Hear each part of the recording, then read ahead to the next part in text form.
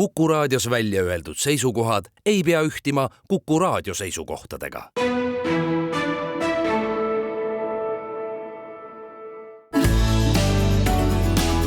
Keskpäevatund.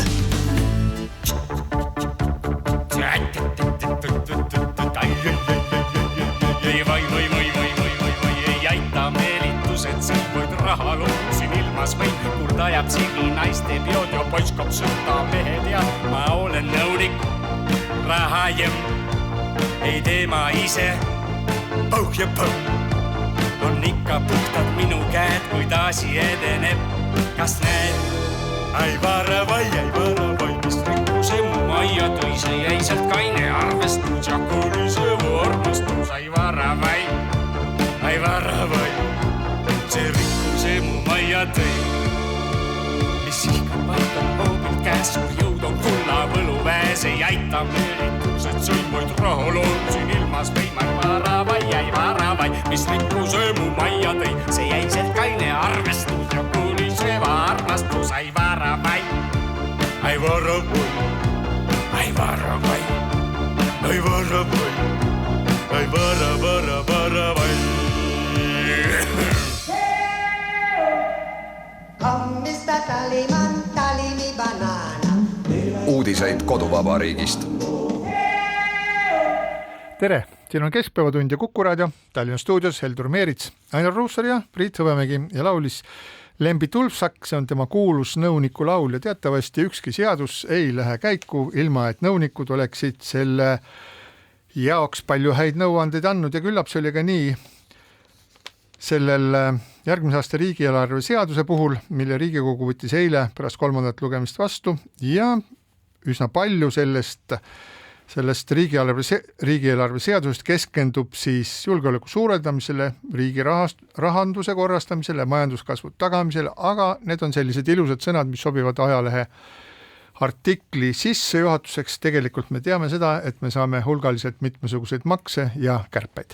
See päev oli siiski kolmapäev, jah, kus Riigikogu võttis vastu 3, palju rohkem, aga 3 väga olulist seadust, riigieelarve, siis aktsiisiseaduse ja julgeolekumaksu seaduse, nii et tegelikult selliseid Riigikogu istungeid väga palju ei ole, kus selliseid seadusi nii palju vastu võetakse, aga tegelikult minu meelest see riigieelarve seadus ja ka julgeolekumaksu seadus on Eesti ajaloos selles mõttes märgiline, et mitte kunagi ei ole kaitsekulutustes või julgeolekusse nii palju raha Eesti panustanud.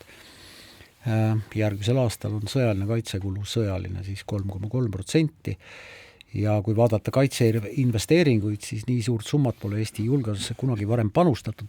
Iseasi, mille üle me võime võib-olla arutada, on see, et kuidas me mõistame julgeolekut.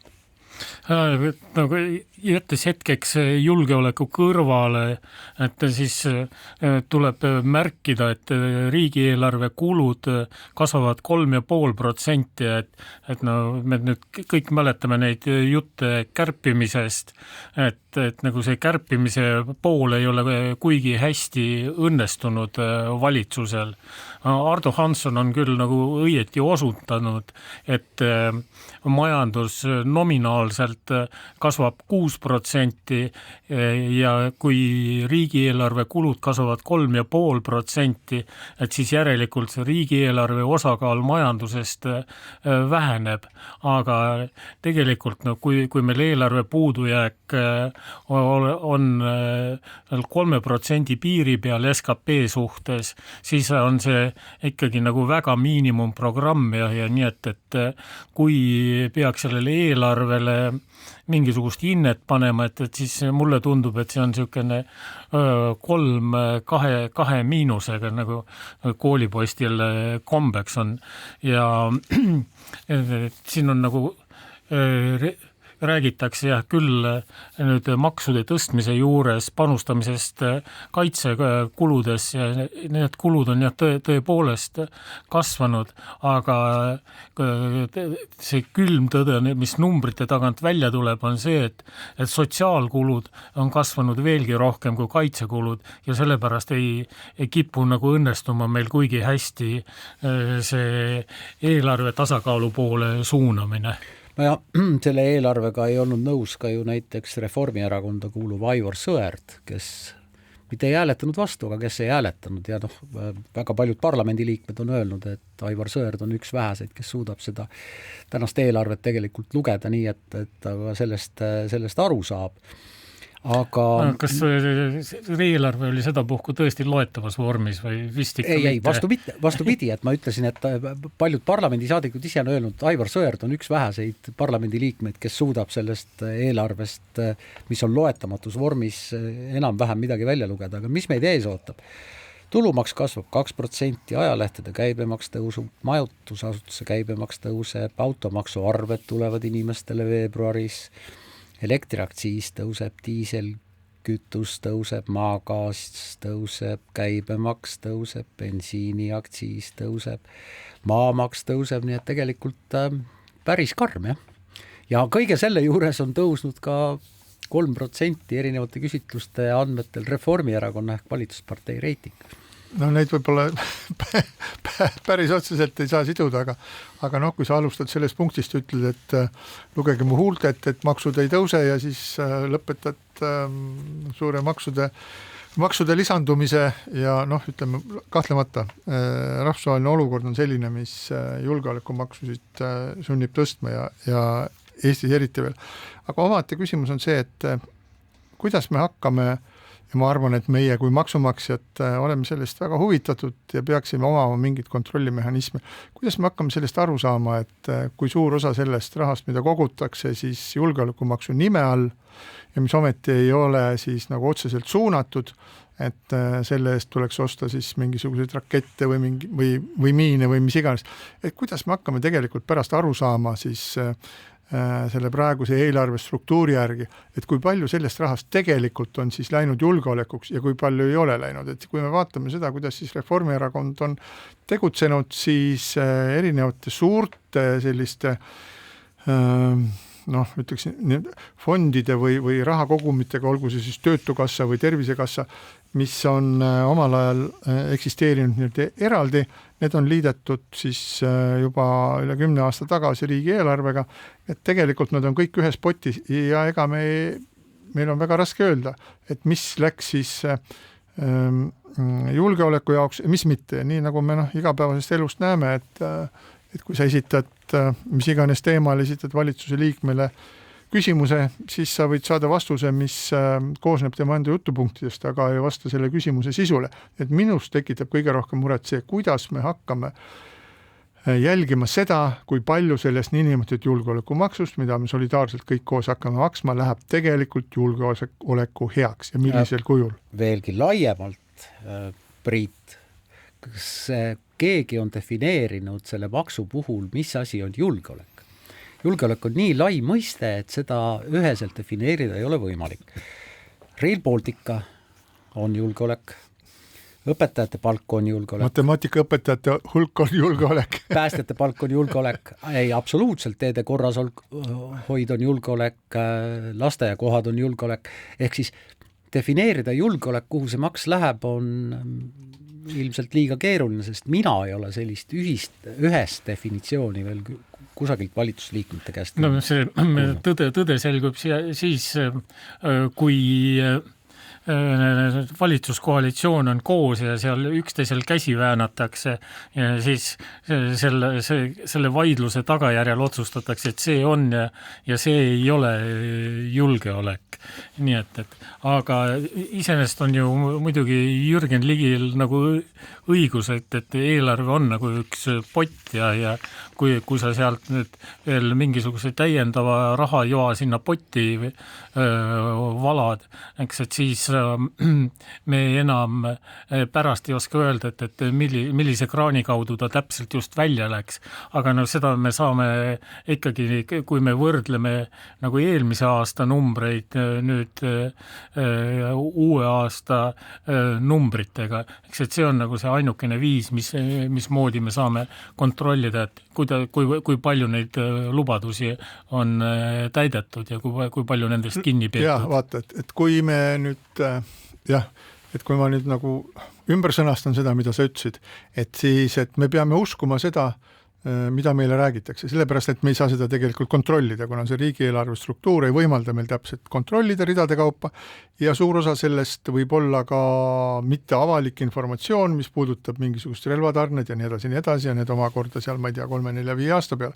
Ehk et me ei saagi väga täpselt teada. Järelikult me peame kedagi usaldama, kes ütleb meile, et see nii on. Nüüd, kui me vaatame siis institutsioonide usaldusväärsuse neid uuringuid, siis isegi viitsimata seda värskemat sealt välja otsida, me teame seda, et Riigikogu ja valitsuse kui institutsiooni usaldusväärsus on erakordselt padal, ma ei tea, mingisuguse 30% juures midagi taolist, ja samal ajal on väga kõrge, on siis Kaitseväe, presidendi ja Politsei- ja Päästeameti usaldusväärsus.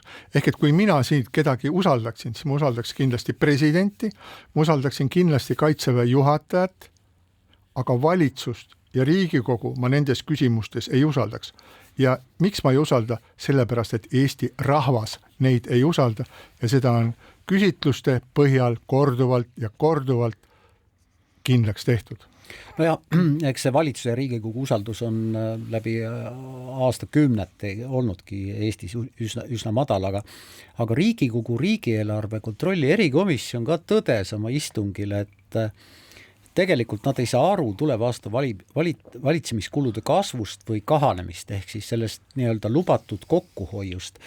Ei saa aru sellest, et kas siis avaliku sektori kulusid kärbitakse 10% või 5% või kusagil 10 ja kusagil 5 või kusagil 15 ja kusagil üldse mitte.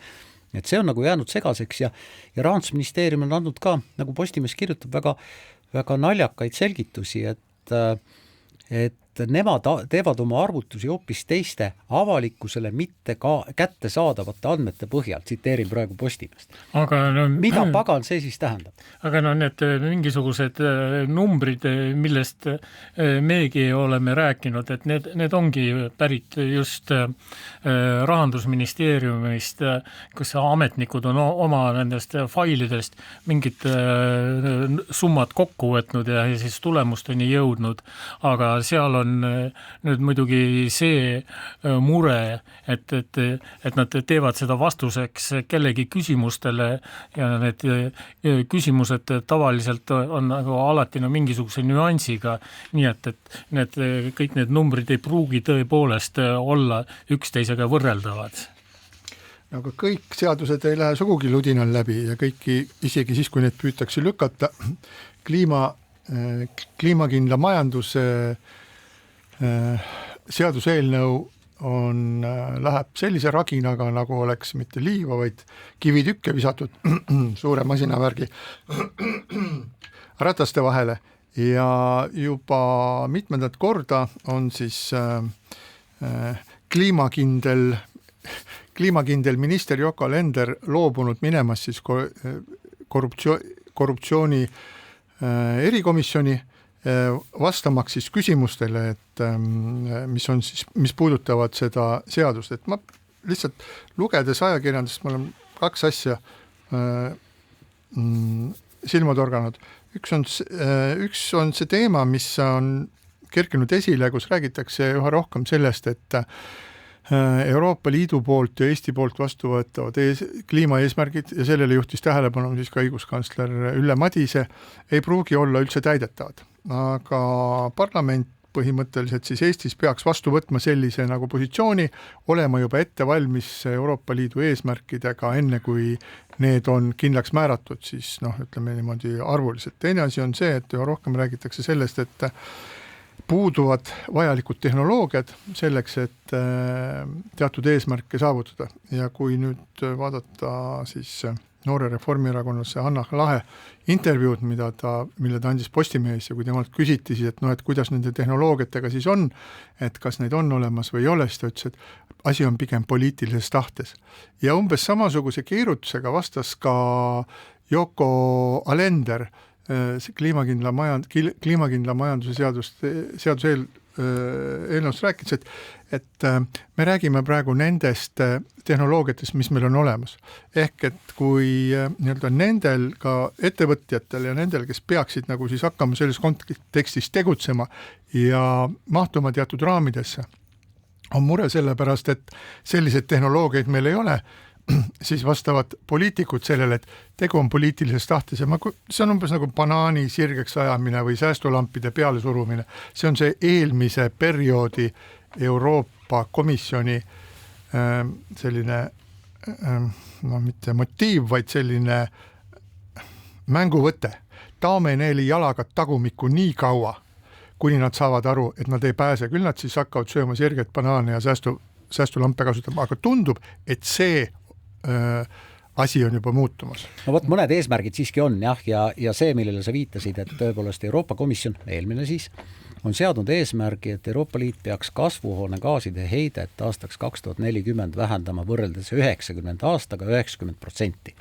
Eesti ettevõtjad on öelnud, et nad ei pea seda võimalikuks ja viidanud eelkõige sellele, et mingeid analüüse, kuidas selleni jõuda, tegelikult ei ole, ja kumba eelistada siis kliimaeesmärkide täitmisest igal juhul või konkurentsivõimet ja majanduse arengut ja on läbi käinud ka veel paar arvu, et Eesti suudaks ilma täiendavate tehnoloogiliste lahendusteta. See on nüüd valitsuselt tulnud sõnum ja ma ei tea, mis asjad on täiendavad tehnoloogilised lahendused, täita seda eesmärki 90% süsihappegaasi vähem võrreldes 90 aastaga, niimoodi, et 2040 on meil heite kogus 82%, aga see nõuab umbes 3 miljardit eurot nende aastate jooksul investeeringuid. See on muidugi imelikult täpne number, see 82% ja tõenäoliselt seal on ka seda optimismi nagu päris palju, et mis siis nagu eeldaks, et me peaksime mingisuguseid põlde metsastama, me peaksime turba kaevandamise lõpetama ja jumal teab, mis seal kõik veel on. Aga eks, et kui nüüd nagu seda rääkida, et kuidas need puudu olevad tehnoloogiad tekitada, siis nagu see poliitikute põlvenõks on nagu tavaliselt see, et kui on mingisugune probleem, no paneme siis uusi ametnikke juurde. No, teine variant on see, et kehtestame mingisuguse reaktsiooni ja viimane nagu see põlvenõksu reaktsioon on see, et valame aga rahaga kõik üle. Aga kui me räägime puuduvatest tehnoloogiatest, siis nagu kõik asjad nüüd ei ole ka rahaga lahendatavad, et mõni asi pole nagu lihtsalt loodusteaduslikult võimalik, et ma ei taha nüüd nagu kiskuda üles siin seda diskussiooni, et kui võimalik või mitte võimalik on vesiniku kasutamine nüüd elektrijaamades kütusena, aga nagu seda sorti probleemid on need, mis ripuvad õhus ja mis tõttu ei tundu nagu need ambitsioonikad, nii-öelda ambitsioonikad, seda tahaks nagu jutumärkidesse lausa panna seda sõna, et need eesmärgid ei tundu olevat küll kuidagi täidetavad. Ja hea uudis on ju tegelikult see, et meie eksport on taas hakanud kasvama, aga minu jaoks on ikkagi arusaamatu küsimus see, et kuidas majanduse areng ja konkurentsivõime, mis on seotud kliimaeesmärkidega, on seotud ka teiste Euroopa Liidu liikmesriikidega, kes on meie peamised välispartnerid Soome, Rootsi, Saksamaa, Poola, Leedu näiteks, et kas nemad ju peavad ka seda Euroopa Komisjoni seatud eesmärki kuidagi mingil moel täitma ja kuidas see siis nende riikide vahelisi kaubandus- ja majandussuhteid mõjutab, kui üks täidab rohkem ja teine ei täida nii palju?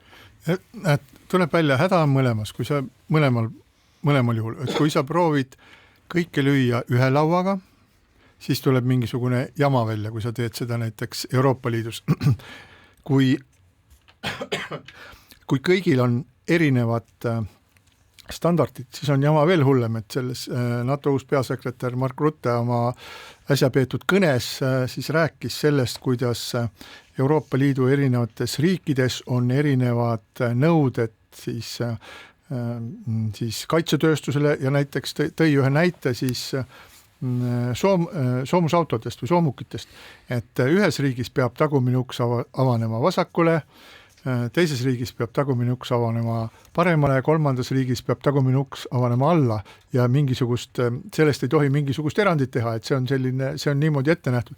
Ja samal ajal laseb siis Venemaal nagu mingisugune hullunud masin sünnitab neid soomukeid küsimata sellest, et kas uksed avanevad paremale või vasakule, et kuidas saab niimoodi sõdida. Et ma tahtsin tuua lihtsalt sellise näite, et ülereguleerimine on halb, aga tohutu siis standardite rohkus on ka väga halb, et kus kohas on see lahendus on mingisuguses kindlas hoomatavas sellises erinevate süsteemide hulgas nagu relvasüsteemides, et need 50 või 100 asemel 20 või midagi taolist, aga ma tahaks korraks tagasi tulla selle eelarve kärpe juurde, et see puudutas ka Eesti Rahvusringhäälingut ja Eesti Rahvusringhääling siis sai ka endale 5%-lise kärpe ja nüüd on Rahvusringhäälingu nõukogu siis kinnitanud selle kärbitud eelarve, see oli siis -5%, selle tulemusel töötajatest 10-13 inimest siis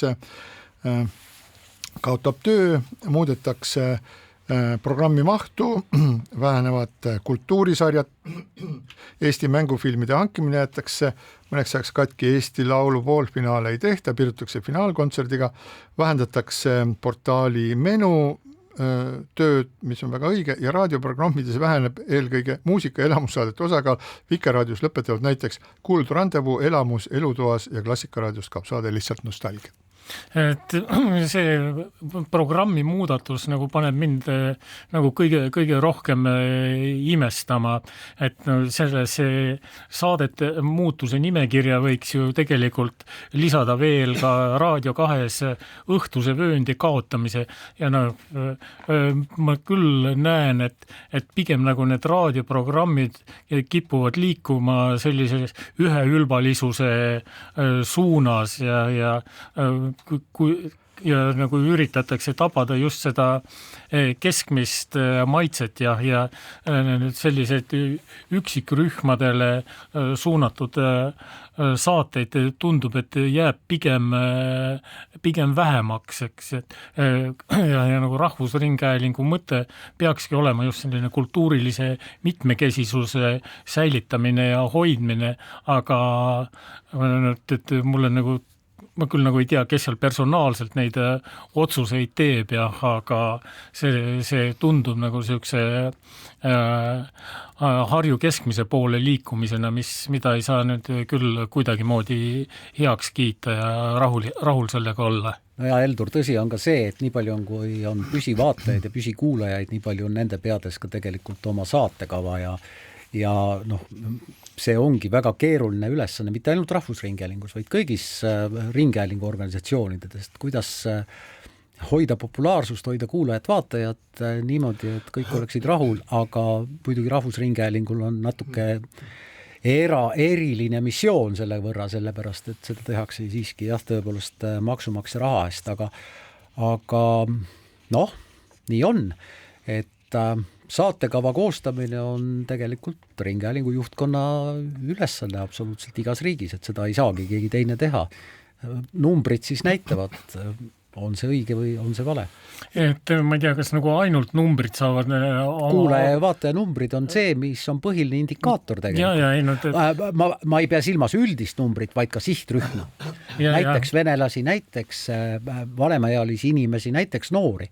Ja, seda ma silmas pidasingi, et selle üldise numbri sisse nagu ei tohiks neid üksikuid rühmasid ära kaotada. Ja et see Rahvusringhäälingu nagu eriline ülesanne ja et see ei tohiks nagu selle üldise populaarsuse tagajamise käigus ära kaduda, kuigi muidugi neil on mingis mõttes vastuoluline ülesanne, et ühest küljest nad peaksid pakkuma sellist sisu, mis võib-olla nii-öelda alati massidele huvi ei paku, aga nagu samal ajal, kui nagu ei ole seda kuulajate hulka, et siis neil ei õnnestu ka oma missiooni täita. Rahvusringhäälingu seaduses ei ole mitte ühtegi sõna mingitest numbritest. Ja ainult, et Rahvusringhäälingu nõukogu, ma ei tea, kuidas praegu üldiselt tunneb ikka huvi, et kui on väga madalad kuulaja või vaataja numbrid, siis küsitakse.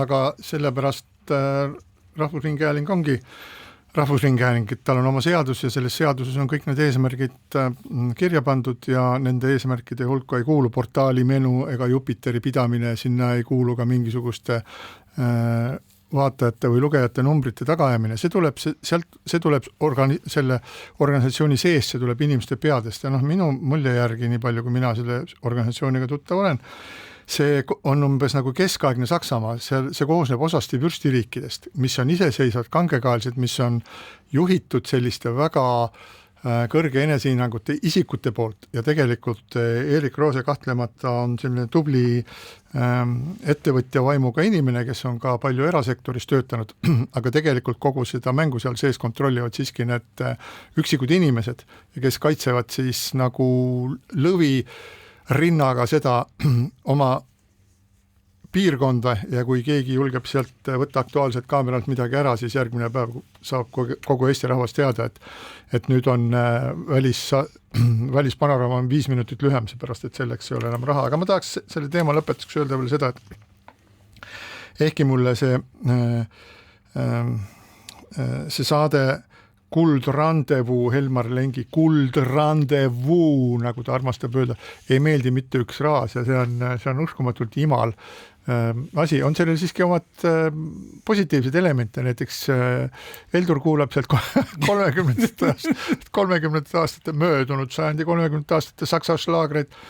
Mina seda ei kuula, aga ma lihtsalt toon näiteks Soome siis rahvusringhäälingu siis üle, mis on väga suureks eeskujuks ERR-ile, seda alalõpmata räägitakse, mida seal tehakse ja kuidas nemad tahaksid ka teha, siis üle siis just nimelt selline 60 ja 60 pluss kuulajatele pühendab väga palju selliseid nostalgilisi muusikasaated, üks kuulsamaid nendest on Endiste noorten sävellach ja Endiste noorte muusikakingitus, siis on Puhelinlangat laula, mis on siis nagu telefonitraadid laulavad ja neid on veel ja need koosnevad siis sellisest muusikast, mis toob meelde noorusaegu, sinna juurde helistatakse, saadetakse kirju, räägitakse, kuidas ma ei tea, 16-aastaselt käidi selle bändi kontserdil ja esimest korda joodi õlut või suudelda või mida iganes. Ehk et sellise nostalgiasaate puudumine näitab seda, et tegelikult ERR ei hooli sellest kuulajate grupist ja siinkohal väike paus. Keskpäevatund. Ja Keskpäevatund jätkab Tallinna stuudios, otsestuudios isegi, Heldur Meerits, Ainar Russar ja Priit Hõbemägi ja räägime nüüd järjekordsetest põnevatest eksperimentidest hariduses. Nimelt on siis Tallinna Haridusamet otsustanud katsetada veel sel kevadel veebiõpet mitmele koolile ja see on Tallinna Haridusameti katseprojekt, kus on valitud 7.–9. klasside õpilased ja nende koolitunnid asendatakse veebikursusega. See tähendab siis seda, et ilmselt põhjusel, et matemaatikaõpetajaid üldiselt on vähe, siis kusagil Tallinnas mingi hea matemaatikaõpetaja seisab kas klassi ees või kaamera ja mikrofoni ees ja siis peab oma matemaatikatundi ja teda kuulab about nii-öelda 100–200 noort inimest, klassides olenevalt siis klasside suurusest. Ja nii nagu ütleb siis Tallinna Haridusameti juhtispetsialist Tiia Tommula, et õpetaja on üksinda, kas klassiruumis või kusagil mujal stuudios ja teeb ühte matemaatikatundi. See on üheaegselt laivis umbes 10 klassiteele õpilastele. Väidetavalt siis õppetöö korraldatakse nii, et õpilased saaksid igas veebitunnis vastata ja tagasisidet, kui palju selleks aega anda, jääb aga õpetaja enda otsustada. Koha peal hoiab korda abiline ja nüüd minu see ütleme nii, et tore, et katsetatakse. Nüüd minu esimene küsimus on see.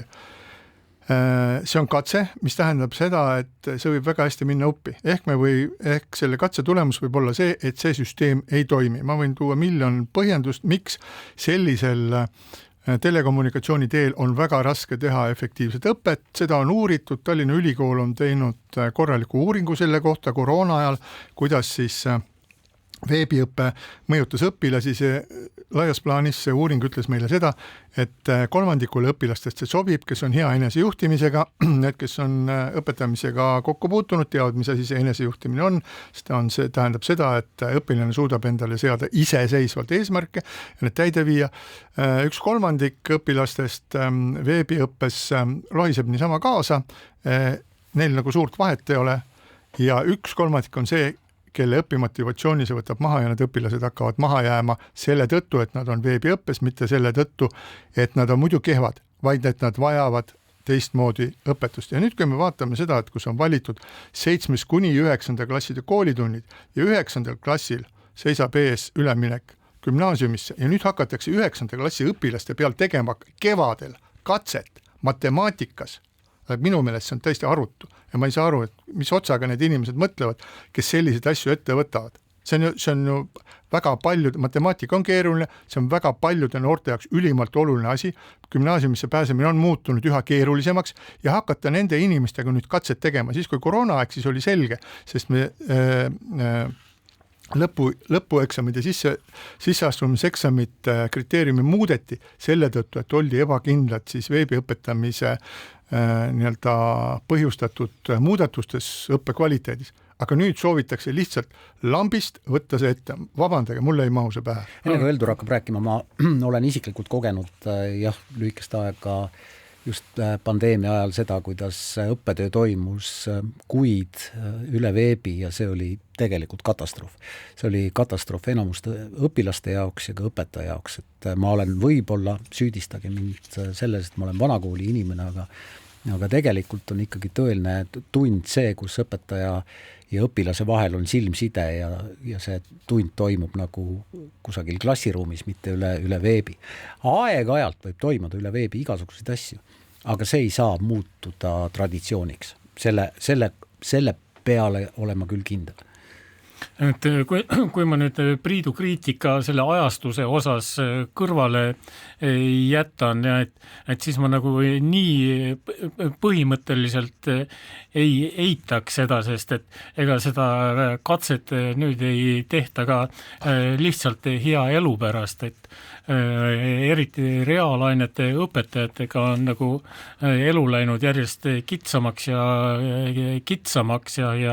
nagu reaalses elus käib nagu tegelikult ka õpetajate üleostmine teistest koolidest ja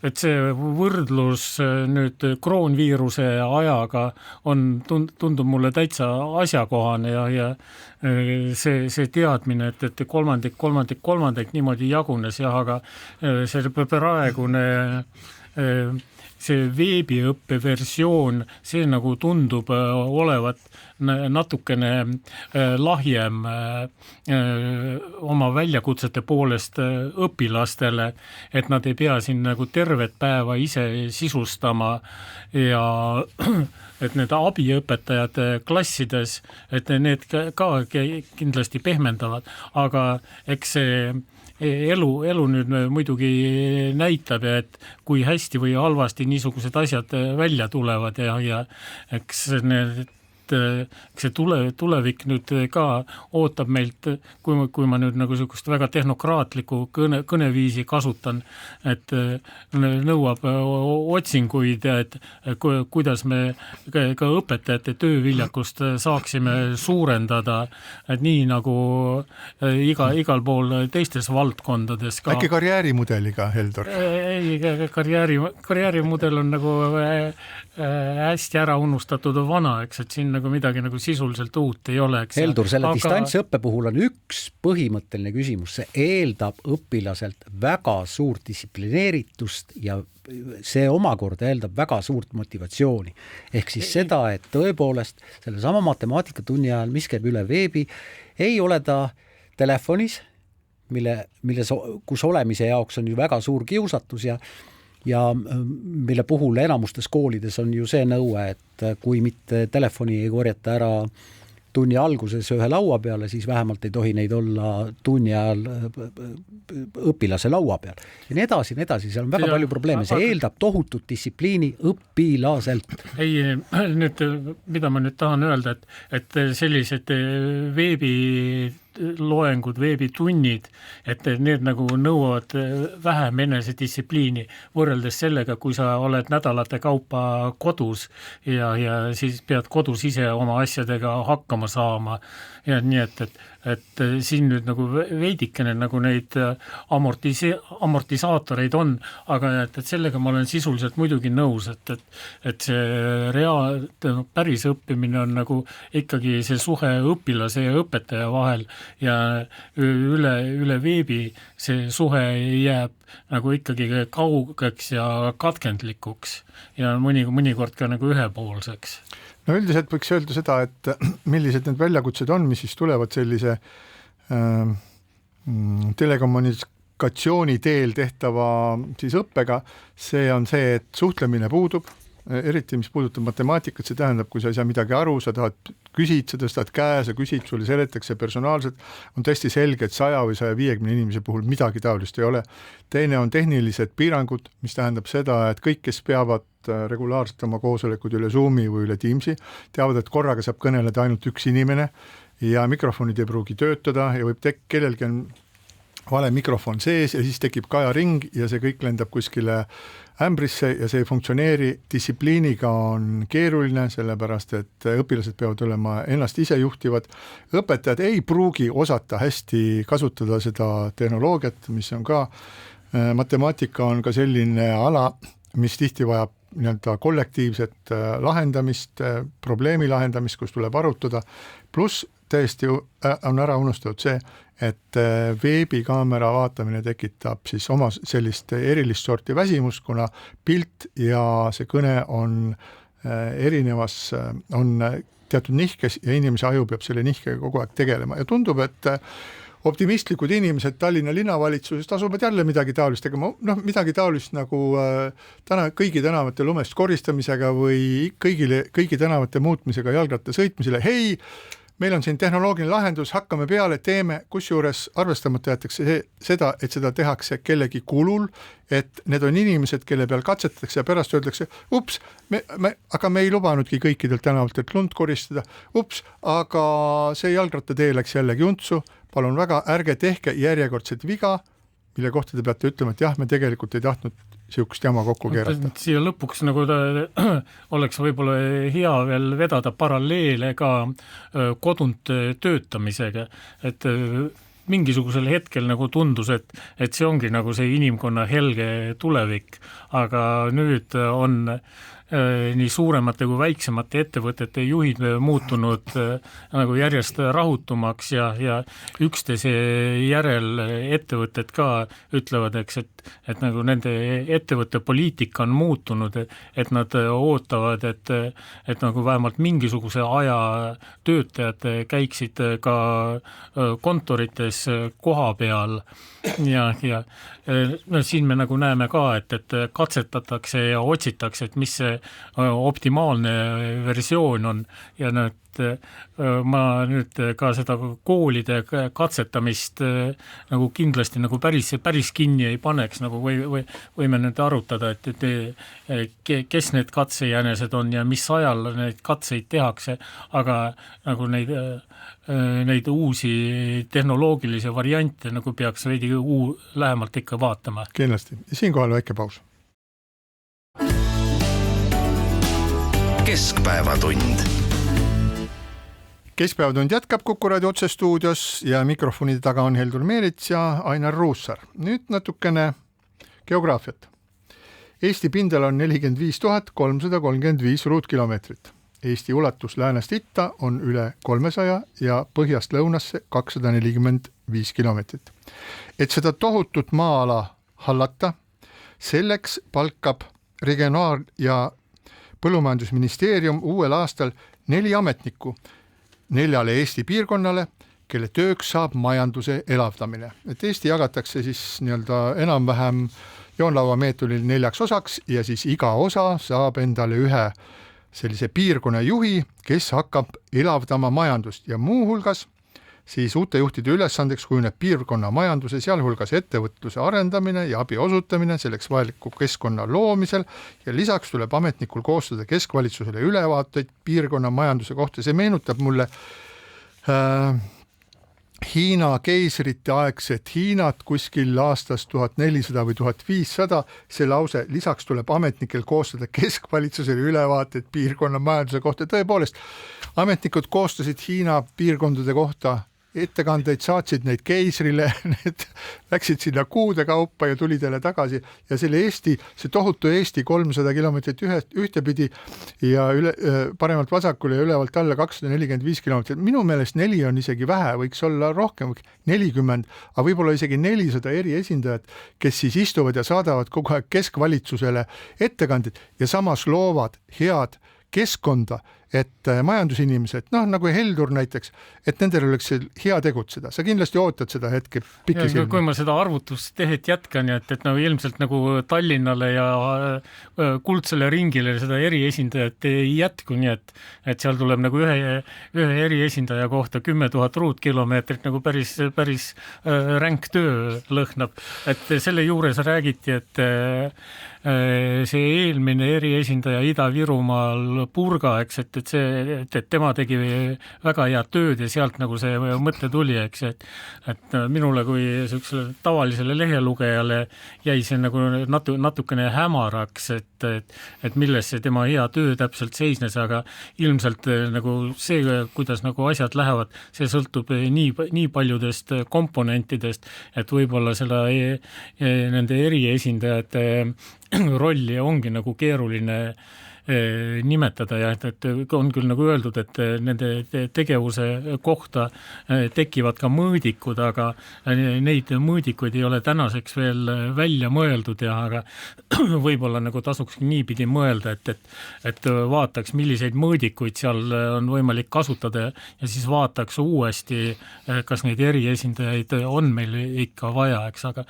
minu jaoks see kõneleb nüüd natukene veel ka sellest, et kuigi nagu mingil hetkel räägiti nagu suhteliselt palju isegi kärbetest ja aga kui niisugused mõtted peas ringi liiguvad, siis nagu ilmselt nagu see kärpimine ei tundu nagu väga hingelähedane praegustele ministritele küll olevat ja siin nagu on mitmesuguseid teisi asju veel ka, et kas me ikka nagu tõesti vajame seda keskkonnamaja, mis nagu on küll ülenisti puidust ja kas me ikka nagu tõesti Tartusse vajame seda uut kultuurimaja ja nagu niisuguseid küsimusi tekib järjest. Aavo Kokk hakkas hambaid kiristama praegu. No 4 eriesindaja kulu ei ole nüüd riigieelarvet või ministeeriumi eelarvet vaadates kuigi suur kulu, aga tõepoolest mis on nende tulu? Me eeldame teatud tulu, mingid arvud ju meil siiski on ja regulaarsed arvud. Me teame Statistikaametile tuginedes ja Eesti Panga andmetele tuginedes ja ka kommertspankade andmetele tuginedes, milline on majandusseis, ettevõtluse areng, palgad Eesti erinevates piirkondades ja meenutan, et Kagu-Eesti ettevõtjad paar kuud tagasi tegid sellise avaliku pöördumise ja alustasid avalikku kampaaniat, milles nad juhtisid tähelepanu sellele, et Kagu-Eesti on kuidagi nagu erakordselt halvas rollis, kuna sinna ei julgeta, ei taheta või kaheldakse näiteks investeerida ja nii edasi, nii et tegelikult mina ei kujuta ette, kui eriesindaja, mina kahtlen eriesindajates, ma kahtlesin eriesindajate vajalikkuses siis, kui Eesti määras nad Paldiskisse või Narva või kuhu iganes juba aastakümneid tagasi.